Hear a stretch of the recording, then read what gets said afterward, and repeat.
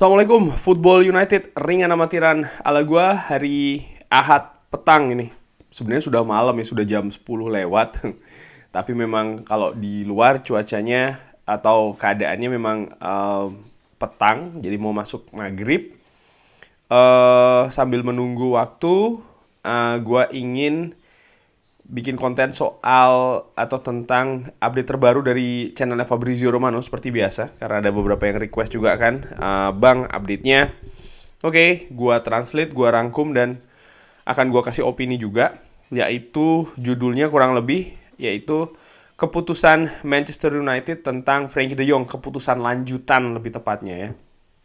Fabrizio Romano mengatakan banyak pertanyaan yang ditanyakan oleh fans Manchester United dan juga fans Barcelona di channelnya dia ataupun akunnya dia terkait tentang Frankie De Jong, karena kan menyangkut dua klub itu tadi, Manchester United dan juga Barcelona.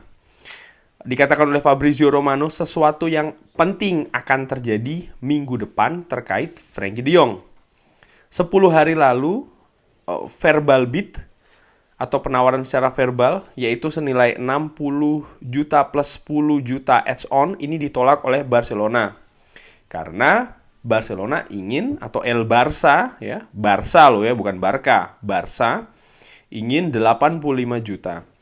Saat ini Manchester United bersiap untuk memasukkan kembali tawaran yang baru bagi Frankie De Jong ke Barcelona. Manchester United sangat menginginkan Frankie De Jong. Erik ten Hag sangat menginginkan Frankie De Jong, dan board management juga mengerti banyak pihak menginginkan Frankie De Jong di Manchester United. Tapi bagi board management, mendatangkan Frankie De Jong ini sangat penting sebagai statement klub. Kenapa?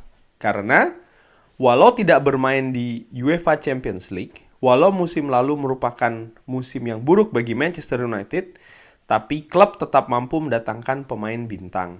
Jadi ini statement yang menurut klub atau menurut Manchester United ini penting. Oleh karena itulah mereka sangat mengusahakan untuk bisa mendatangkan Frankie De Jong di Old Trafford.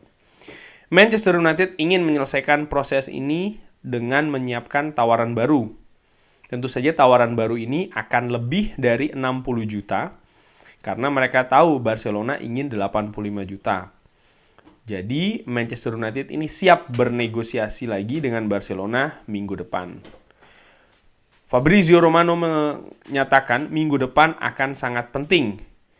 Apakah Frankie De Jong akan datang ke Manchester United atau tidak? Wah, ini menurut gue semakin mendekati akhir. Akhirnya bagaimana? Akhirnya bisa jadi datang, bisa jadi tidak ya. Nanti akan gue beri opini gue. Dari sisi Frankie De Jong masih sama. Frankie De Jong ingin stay di Barcelona, dia juga bahagia di Barcelona. Tapi di sisi lain dia juga sangat mengerti Barcelona memiliki situasi finansial yang tidak bagus. Dan gaji dari dirinya, artinya gaji dari Frankie De Jong ini bisa menjadi potensi beban bagi Barcelona. Jadi dia juga sangat mengikuti proses negosiasi ini dengan tenang dan juga calm. Sang pemain ini sangat mengerti kalau memang dirinya ini sedang dinegosiasikan oleh kedua belah pihak tanpa disebut juga dengan tenang dan calm, karena memang menunjukkan di wawancara setelah tim nasional Belanda bermain melawan Wales, kalau tidak salah mengatakan dia bermain di klub terbaik di dunia itu di Barcelona, menunjukkan kalau dia ini sebenarnya stay dan ingin stay dan juga happy sebenarnya di Barcelona. Cuman dia juga mengerti gajinya dia ini punya potensi memperberat kesulitan finansial, dan memang keputusan terakhir akan ada di klub. Dia sendiri juga tidak mengganggu dalam tanda kutip ya negosiasi ini dengan melakukan contohnya penolakan atau hal-hal lainnya, tidak. Dan menurut gue dia melakukan apa yang dilakukan saat ini oleh Frankie De Jong ini merupakan sesuatu yang profesional sih menurut gue ya. Nah, kurang lebih demikian itu tadi translate atau ya gue translate dan juga rangkuman ya. Nah sekarang memberikan opini sedikit tentang Frankie De Jong. Ya memang sudah waktunya untuk Manchester United ini melakukan second bid atau tawaran kedua ya, setelah yang kemarin pertama ditolak. Tentu saja kalau kita bermain game ya, Championship Manager atau Football Manager, ketika kita menawar salah satu pemain lalu ditolak, ya mungkin dalam 5-10 menit kita bisa, atau bahkan ya nggak sampai ya, kita bisa melakukan second bid. Tapi untuk klub sebesar Manchester United, mekanismenya kan tidak semudah itu. Ada banyak pihak yang terlibat di dalamnya. Mulai dari yang mungkin sangat aktif John Murtough, sampai dengan keputusan akhir di tangan Richard Arnold. Juga harus melibatkan Erik ten Hag di tengah. Bagaimana proses yang saat ini terjadi, belum lagi dengan agen pemain, ya kan? Belum lagi dengan ya pihak-pihak, banyak pihak lah di klub, di kedua klub, bukan cuma di Manchester United tapi juga di Barcelona. Sehingga mungkin ini sekali lagi analisa ringan amatiran gue, jarak dari yang pertama sampai dengan yang kedua ini kurang lebih ada 10 hari. Karena Manchester United juga punya banyak pertimbangan tentu saja. Salah satunya ya budget ya, yang harus disesuaikan lagi, harus didiskusikan lagi, harus dikonsolidasikan lagi secara internal. Karena harga sudah jelas nih, yang diinginkan oleh Barcelona 85 juta. Barcelona sendiri pun juga harus bisa dibaca situasinya dengan sangat tepat oleh Manchester United dengan jeli. Bagaimana sebenarnya keadaan keuangannya? Apakah memang benar harga 85 itu harga kaku, ataukah ada peluang di sana untuk bisa dinegosiasikan? Kenapa? Karena ya ini sangat berkaitan juga dengan langkah selanjutnya, terutama di bursa transfer dari Manchester United.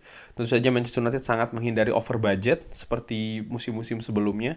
Bisa mendatangkan pemain dengan tepat. Dengan tepat itu bukan hanya di atas lapangan ya kan, bisa bermain dengan taktik yang bagus, enggak. Tapi juga sesuai harganya, sesuai gajinya, sesuai fasilitasnya. Pemain dengan kompensasi yang diterima tuh bisa mengeluarkan kemampuan terbaiknya. Agennya juga happy, klub yang diterima juga yang dalam tahap negosiasi ini juga hubungan antara keduanya ini bisa terjalin dengan bagus. Dalam hal ini Barcelona dan juga Manchester United ya. Jadi banyak hal, banyak faktor di sana.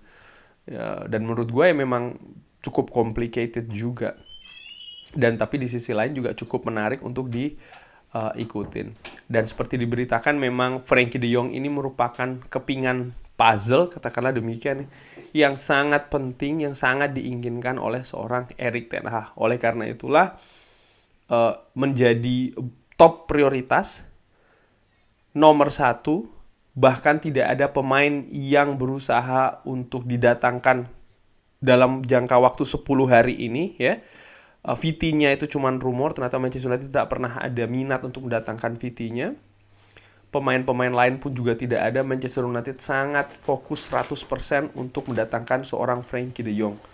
Dan nampaknya kalau menurut gue, bahasa gue ini seperti kayak tutup botol begitu ya. Begitu botolnya ini terbuka tutupnya, maka airnya akan keluar. Artinya Frenkie de Jong inilah jadi tutupnya. Jadi setelah Frenkie de Jong ini bisa mungkin didatangkan oleh Manchester United, atau keputusannya jelas ya, apakah bisa didatangkan atau tidak, baru langkah selanjutnya terkait dengan kebijakan transfer, pergerakan transfer di Manchester United ini akan lebih mengalir lagi. Ini sekali lagi perkiraan gue atau ya prediksi ringan amatiran gue aja. Karena dari sisi Erik ten Hag pastinya sebelum pre-season atau paling tidak sebelum tour ya ke negara-negara Asia Tenggara dan juga Australia, kegiatan transfer ini ingin diselesaikan sehingga tim itu bisa komplit seawal mungkin. Karena ini bagus untuk dalam penyusunan sistem, strategi, persiapan ya. Dan juga bagi pemain yang didatangkan itu sendiri, dia bisa beradaptasi lebih bagus. Karena jangka waktunya lebih cukup. Adaptasi ke klub, adaptasi ke pelatih, adaptasi ke pemain lain, adaptasi ke kota, dan lain-lain ya. Ini kan juga sangat penting bagi pemain yang datang ke Manchester United. Ya, ini banyak sekali faktornya. Cuman gue sekarang... frankly speaking, gue merasa positif ya. Gue percaya minggu ini kita mungkin akan bisa mendengar berita bagus lah soal Frenkie de Jong. Bagaimana teman-teman? Ada pendapat lain soal masalah update dari Fabrizio Romano ini? Drop di kolom komen seperti biasa. Selamat hari Senin, karena video ini insya Allah akan tayang hari Senin. Yang bekerja, yang semangat kerjanya, jaga terus kesehatan. Semoga berkah hari ini.